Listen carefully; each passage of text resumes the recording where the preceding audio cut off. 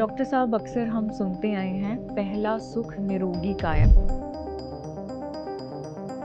इसका जो रेफरेंस है वो कहाँ से आया इस लाइन का? ये एक लोक कहावत है, पहला सुख निरोगी का है। इसका भाव ये था कि आप अपनी हेल्थ को प्रायोरिटाइज करें। लेकिन हम तो ये भी मानते हैं आज के समय में कि पैसा जो है उसको प्रायोरिटी पे रखो। यही सोच के उन्होंने दूसरी जो लाइन इसकी लिखी है, दूजा सुख धन निरोगी, तो दोनों को कंपेयर कर दिया। पहला सुख निरोगी काया, दूजा सुख धन निरोगी। डॉक्टर साहब, सेहत को लेके जो सजगता बरतनी चाहिए, आयुर्वेदा की बात की जाए तो आयुर्वेदा इसको लेके क्या है? तो सेहत की सजगता के लिए चरक संहिता में ध्यान रखना चाहिए। आप अपने शरीर को सबसे पहले प्रायोरिटी दें।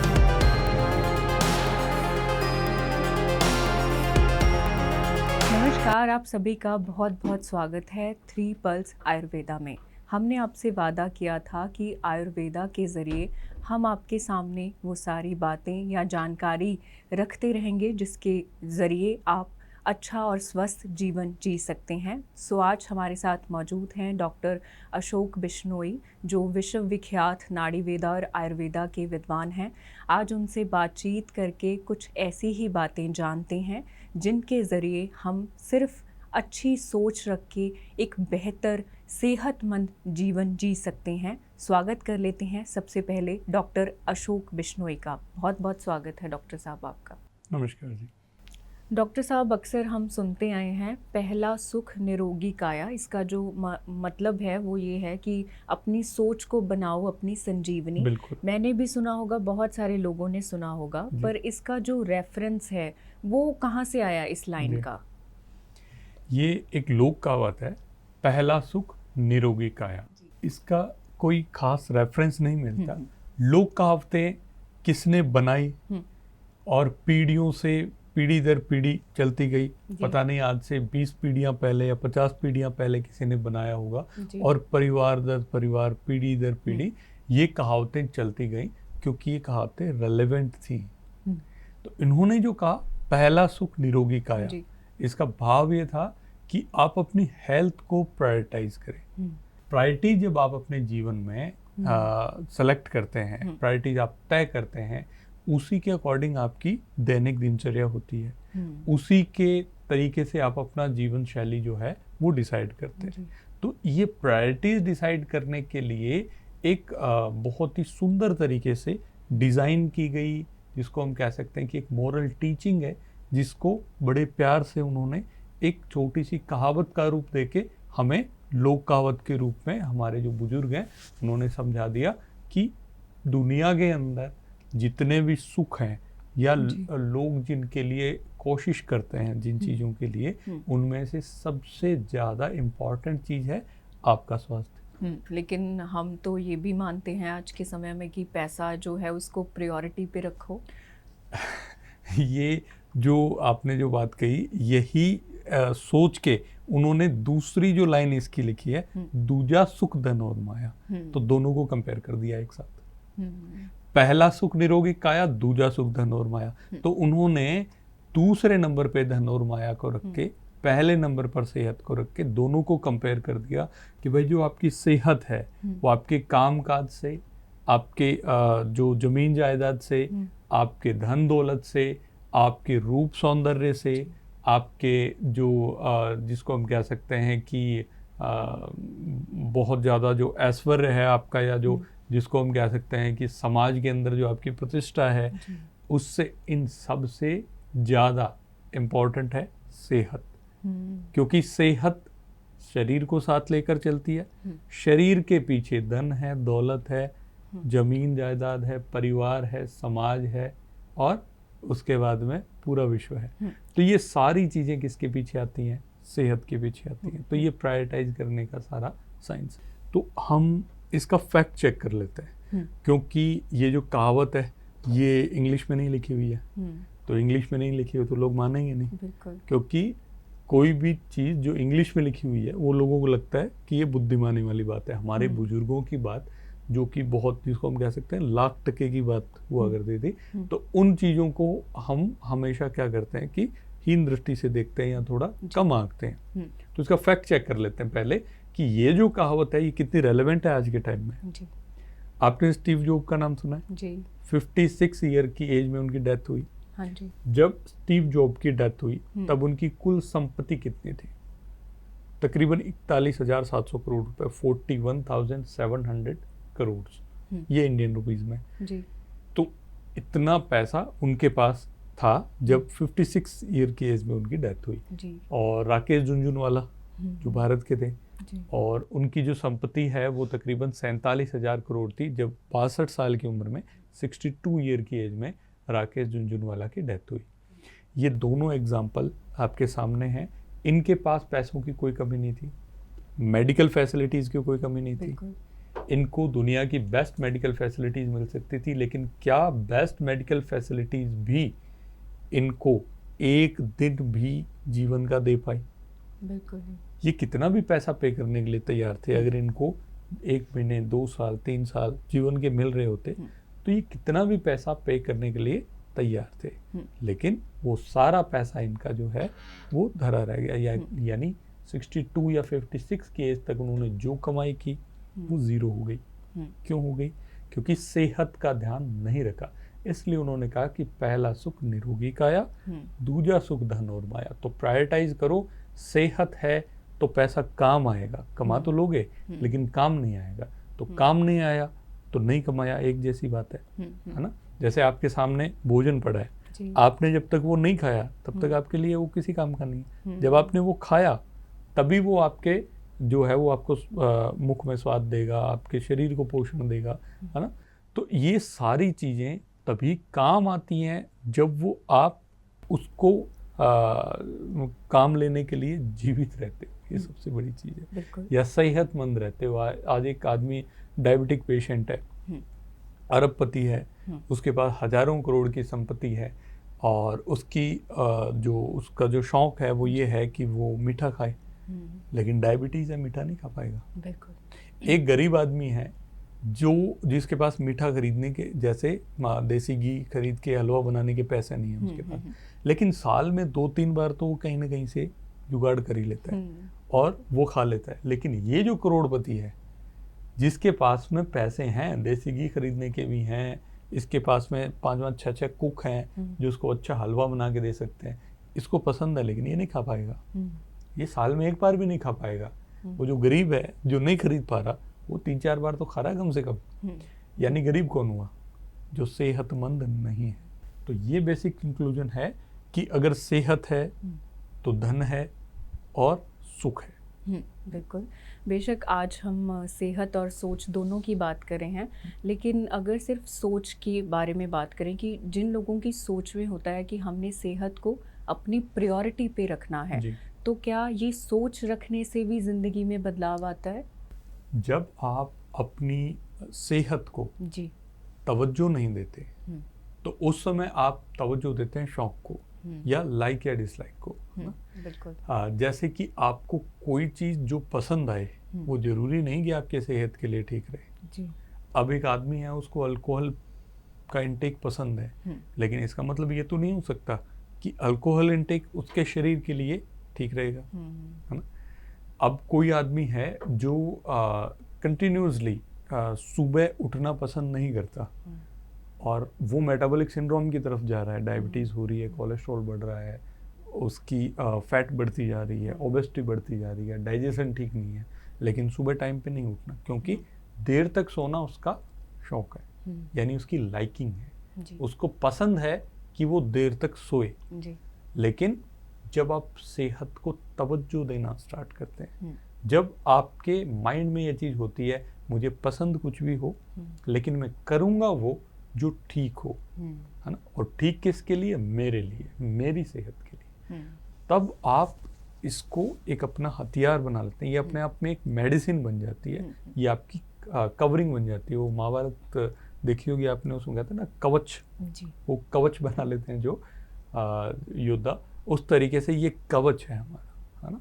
जो ये सोच हमारी कवच बन जाती है, हम बहुत सारी ऐसी गलत चीज़ें हैं जिनसे धीरे धीरे धीरे धीरे खुद को पीछे लेके और अपने बैक टू द ट्रैक आके और सही लाइफस्टाइल, सही डाइट, ये हम जीवन में अपना सकते हैं। बिल्कुल, किसी विद्वान की कही हुई बात याद आ गई। उन्होंने कहा था कि जब हम पसंद की चीज़ें छोड़ते जाते हैं, जो सही हैं उसे अपनाते हैं, तो इसका मतलब हम समझदार हो गए हैं। बिल्कुल।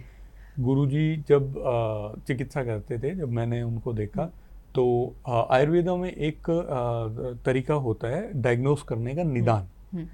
वो ऐसा पूछते हैं कि आपने खाया क्या है ना। आपने सुना भी होगा पुराने वैद्यों के बारे में, वो ऐसा नाड़ी देख के बताते थे कि कल रात को आपने आलू खाया था, आप अक्सर आलू खाते हैं, आप अक्सर बाहर का खाते हैं, ऐसी चीज़ें वो बता देते थे। और ये चीज़ें उनको पता लगती थी दोष के इम्बैलेंस से।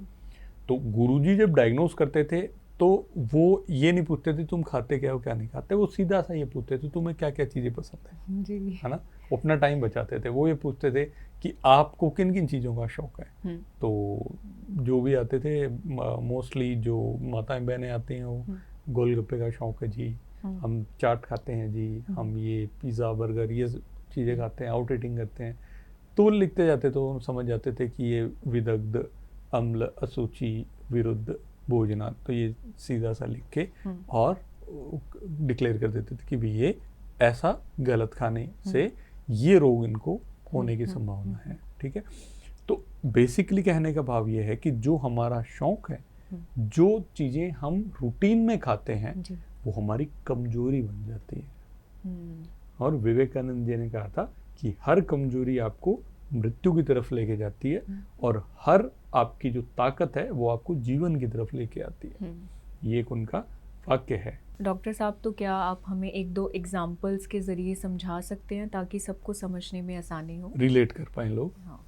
तो इसमें क्या है कि बेसिकली एक हमने कहावत सुनी होगी, रात को दही नहीं खाना चाहिए जी, है ना। चरक संहिता सूत्र स्थान का श्लोक है, न नक्ताम दधि भुंजित, यानी रात को बिल्कुल दही नहीं खाना चाहिए, सबको पता है। लेकिन मैरिज में जाएंगे या रेस्टोरेंट में जाएंगे तो सबसे पहले ऑर्डर किसका करेंगे, दही बल्ला, है ना। घर पे खाएंगे तो भी मोस्टली लोगों को ये आदत होती है कि रात को बिना दही के, है ना। मेरे हिसाब से 20% पॉपुलेशन इंडिया में ऐसी है जी, जिनको एडिक्शन है रात को दही खाने का। उनको पता है कि रात को दही खाना खराब, लेकिन फिर भी वो रात को दही खाते हैं। तो ये सोच का फर्क हुआ जी। अब दूध वाली चाय है जी, चाय में टैनिन्स होते हैं, दूध के साथ जब चाय मिलती है तो चाय का बिगाड़ करती है। बहुत सारे लोगों को ये पता है कि ये एसिडिटी करती है, गैस करती है, कॉन्स्टिपेशन करती है। पेशेंट जब ओपीडी में चला के आते हैं, जब इनसे चाय पे डिस्कशन की जाए तो ये बोलते हैं कि हमें पता है कि चाय नुकसान कर रही है, खासकर जो गांव से जो मतलब पिंडों से जो बीबियाँ आती हैं, जो उनको बेसिकली जब कहा जाए कि आपको चाय बंद करनी है तो उन्होंने ये कहना है कि डॉक्टर साहब आप अपनी मेडिसिन दें, हम चाय नहीं छोड़ सकते। ठीक है, आप मेडिसिन से जितना हमें फ़ायदा होगा उतना हो जाएगा। तो ये क्या है, सोच का फ़र्क है। यानी वो रेडी हैं उस पेन के लिए, वो रेडी हैं अपनी लाइफ के कुछ ईयर कम करने के लिए, वो रेडी हैं वो अपना जो बजट है जो वो बचा सकते हैं उसको हेल्थ बजट बनाने के लिए। तो ये एक सोच का फ़र्क है। अगर वही चीज़ वो क्लियर कर लें कि नहीं, सेहत से बड़ा कुछ नहीं है, चाय ऐसा नहीं है कि हम नहीं छोड़ सकते हैं, तो 1 दिन 2 दिन 3 दिन 4 दिन 10 दिन परेशान करेगा, 1 महीना परेशान करेगा, है ना, मन की चाय पीने के लिए होगा। उसके बाद धीरे धीरे चाय की तलब मिट जाएगी। तो पता है चाय खराब है फिर भी पी रहे हैं। एक FSSAI का डाटा आता है कि 83% पनीर जो है वो हमें नकली मिलता है। ये हमें सभी पता है जी। हम सभी लोग इंस्टाग्राम पे देखते हैं और ऑलमोस्ट लोगों को ये बात पता है, फिर भी हम ठेलों पे पनीर खाते हैं, रेस्टोरेंट्स में पनीर खाते हैं, शादी ब्याह में पनीर खाते हैं। ये सारा पनीर कौन सा है, 83% वाला ही। ठीक है, बाकी जो डोमेस्टिक यूज वाला है वही मान के चलें कि ठीक है। और वो भी बहुत सारे जो मतलब जिसको हम कह सकते हैं कि लोग इन्वॉल्व हैं कि नकली पनीर को असली पनीर कह के बेचते हैं। तो पता है हमें कि बाहर बहुत कुछ नकली मिलता है फिर भी खाते हैं। फास्ट फूड खाना गलत है जी, फिर भी खाते हैं। अक्सर लोग कहते हैं कि मैं वीक में 1 दिन चीट डे रखता हूँ, उस दिन मैं जंक फूड खाता हूँ। अब ये जंक वर्ड का क्या मतलब है, कचरा। जंक मतलब कचरा, यानी वीक में 1 दिन वो नोइंगली कचरा खा रहे हैं, उन्हें पता है कि उन्हें सप्ताह में एक दिन कचरा खाना है, कचरा टेस्टी है, उनकी जीभ के अनुसार है, उनके स्वाद के अनुसार है, इसलिए वो कचरा खाते हैं और वो कचरा उन्हें अच्छा लगता है। ठीक, तो ये क्या है, ये सोच की प्रॉब्लम है। अब एक पेशेंट का एग्जांपल लेते हैं। एक हाउसवाइफ थी, वो मॉर्निंग में 12-1 बजे से पहले भोजन नहीं करती थी, क्योंकि उन्हें सुबह से लेकर 12-1 बजे तक टाइम हो जाता था बच्चों के टिफिन बनाने और बहुत सारे काम करने। तो जो हाउस होल्ड वर्क थे उसमें वो इतनी बिजी हो जाती कि वो 12-1-2 बजे तक भूखे पेट रहते। इसके कारण उन्हें एसिडिटी होने लगी, गैस्ट्राइटिस हुई। एक आयुर्वेदिक टर्म में डिजीज़ है पित्तजुदावर्त, वो हुआ। उसके बाद जो गैसियस मूवमेंट है वो ऊपर की साइड में उनको ज़्यादा होता था, माइग्रेन होने लगा, सर्वाइकल पेन होने लगा। उसके बाद उनको IBS हुआ। ये सीरीज से सारी डिजीज़ हुई। उसके बाद वो मेरे पास आई, मैंने बताया उनको कि आपकी रूट कोज ये है, आपको भोजन समय पे करना चाहिए। उनका कहना था कि मैं जब काम करती हूँ तो मैं अगर 10 मिनट का भी ब्रेक लूँ तो मैं या तो थक जाती हूँ या डिस्ट्रैक्ट हो जाती हूँ, तो इसलिए मैं काम नहीं छोड़ सकती। तो ये क्या सोच की प्रॉब्लम है। कुछ नहीं होता कि 5-10 मिनट आदमी अपने लिए जो है वो निकाल ले, जब भूख लगे भोजन कर ले और उसके बाद अपना काम स्टार्ट कर दे। ये सोच की प्रॉब्लम है। तो हेल्थ को जब हम प्रायोरिटाइज करते हैं तो जितनी भी बातें इससे पहले बताई हैं मैंने, ये सारी बातें उस एक स्पेयर के अंदर आ जाती हैं। उन सभी चीज़ों को हम बहुत अच्छे से क्लियर कर सकते हैं, बहुत अच्छे से मैनेज कर सकते हैं। सवाल से पहले आपने एक बात बोली थी कि जो लोग सेहत का बजट नहीं बनाते, मैंने तो ये पहली बार सुना है। मेरी तरह बहुत सारे लोग नहीं सोचते इसके बारे में। बिल्कुल, लोग हेल्थ का बजट बना के चलने लगे हैं आजकल। मतलब जो उन्होंने अपनी लाइफ के लिए चीज़ें सोची हैं, हेल्थ का बजट बना के, हेल्थ का बजट बनाएंगे लेकिन हेल्थ को ठीक कैसे रखना है उसके बारे में नहीं सोचेंगे। तो ये क्या है, एक कहने मूर्खता ही है ना कि, लेकिन हमारे बुजुर्गों ने ये चीज़ बहुत पहले से भांप ली थी। उन्होंने कहा जी आप अपनी बाकी सारी चीज़ें साइड में रखो, हेल्थ को ठीक कैसे रखना है, इंटैक्ट कैसे रखना है, इसके बारे में आप ज्ञान प्राप्त करो, उसके आधार पर आप चलो और आप अपनों को चलाओ। तो आप भी स्वस्थ रहो, अपनों को भी स्वस्थ रखो। डॉक्टर साहब, सेहत को लेके जो सजगता बरतनी चाहिए, आयुर्वेदा की बात की जाए तो आयुर्वेदा इसको लेके क्या कहता है? देखो, सेहत की सजगता के लिए आचार्य चरक संहिता निदान स्थान में कहते हैं कि सर्वम अन्यम परित्यज्य शरीरम अनुपालयेत तद भावे ही भावानाम सर्वभाव शरीर। अर्थात आप अपने शरीर को सबसे पहले प्रायोरिटी दें। अगर आप बीमार हो गए हैं तो आप सबसे पहले अपना इलाज करवाएं, इस शरीर की रक्षा करें। छोटा भी रोग कोई हो गया है तो उसको भी पहले आप ठीक करें। आचार्य चरक संहिता सूत्रस्थान 9 चैप्टर में कहते हैं अणुर्हि प्रथमम भूत्वा रोगा पश्चात विवर्धते सज्जात मूलो मुष्णाति बलम आयुष्च दुर्मते। यानी पहले रोग छोटा होगा, फिर बड़ा होता जाएगा, जब तक वो गले तक ना आ जाए, यानी पेन बढ़ ना जाए, अनबियरेबल पेन, अनबियरेबल प्रॉब्लम्स ना हो जाए, तब तक आदमी हिलता ही नहीं। तब तक आदमी किस में लगा रहता है? अपने काम में लगा रहता है। उसकी प्रायोरिटी क्या रहती है? पैसा। उसकी प्रायोरिटी रहती है दूसरी चीज़ें। तो ये तो आचार्य चरक ने बताया कि जब रोग छोटा हो तभी इलाज स्टार्ट करवा लो। जब आपको लगे स्टार्टिंग फीचर्स आना स्टार्ट हो जाए, है ना, फॉर एग्जांपल अगर पेट दुखना, गैस बनना, एसिडिटी होना स्टार्ट हो जाए तो तुरंत उसका इलाज करवा लो। क्यों वेट करना है कि वो IBS में कन्वर्ट हो? उसके बाद आप डॉक्टर्स के चक्कर लगाते रहो, सालों साल मेडिसिन खाते रहो। तो आप इन चीज़ों से बचें, ये आचार्य चरक ने कहा। तो उन्होंने कहा कि सभी चीज़ों को छोड़ के शरीर का ध्यान करें। शरीर अगर नहीं है तो कुछ भी नहीं है, और अगर शरीर है तो उसके पीछे सारी चीज़ें रिक्रिएट की जा सकती है। अगर आपकी सारी चीज़ें जिसको हम कह सकते हैं कि चली जाए, एक कहावत और है कि सब कुछ चला गया तो भी कोई बात नहीं, चरित्र और स्वास्थ्य, ये दो अगर आपके पास हैं तो आप दोबारा से सब कुछ रिक्रिएट कर सकते हो। धन दौलत, आपकी जमीन जायदाद, एवरीथिंग, आप कुछ भी रिक्रिएट कर सकते हैं इन दो चीज़ों के दम पे। अगर आपके पास अच्छा चरित्र है, आपके पास अच्छा स्वास्थ्य है, ये दोनों चीज़ों के साथ आप कुछ भी रिक्रिएट कर सकते हैं। तो ये कहने का भाव ये है कि हमें सेहत को पहली प्रायोरिटी देनी है। शरीर ही हमारा सबसे बड़ा हथियार है जिसके द्वारा हम सारी चीज़ें प्राप्त कर सकते हैं। डॉक्टर साहब, आपकी बात से मुझे सलमान खान के पिता सलीम खान की बात याद आ गई। उन्होंने अपने एक इंटरव्यू में कहा कि ऊपर वाला सेहत और इज्जत दे, पैसा तो हम खुद बहुत कमा लेंगे। सलमान खान भी इस बात को मानते हैं, तो इसके बारे में आपका क्या विचार है? मेरे हिसाब से सिर्फ सलमान खान ही नहीं, बहुत अच्छे चरित्रवान और जिसको हम कह सकते हैं कि जो डैशिंग पर्सनालिटीज़ हुई हैं हमारे देश में और पूरे और दूसरे मुल्कों में भी, उन सब ने इसी चीज़ को अपनाया है। वो अपनी हेल्थ को और अपने चरित्र को, इन दोनों चीज़ों को ही सबसे पहली प्रायोरिटी देते हैं और उसके बाद बाकी सारी चीज़ों को जो है वो धीरे धीरे धीरे धीरे धीरे धीरे साथ में लेके ग्रो करते रहते हैं। बेअंत दौलत होने के बावजूद हम जिंदगी का एक पल नहीं खरीद सकते। इसकी बहुत सारी उदाहरणें हमारे सामने हैं, लेकिन अच्छा जीवन होते हम जिंदगी में कुछ ही सालों में बेअंत दौलत और सुख पा सकते हैं। इसलिए सेहत को अपनी पहली प्रायोरिटी बनाएं और इसके लिए आयुर्वेद अमृत है, इसे अपनाएं, स्वस्थ और निरोगी जीवन पाएं। आज के हमारे इस एपिसोड में हमने अच्छी सेहत और सोच दोनों की बात की है। आयुर्वेदा को आप अपनी ज़िंदगी में अपना के कैसे एक निरोग जीवन जो है जी सकते हैं, इस जानकारी को आप अपनों तक पहुंचा सकते हैं और निरोग सुखी जीवन पा सकते हैं।